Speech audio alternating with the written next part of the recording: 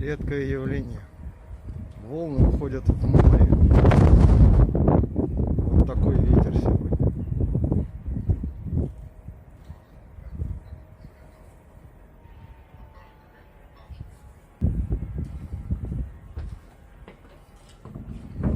Чик-чик-чик.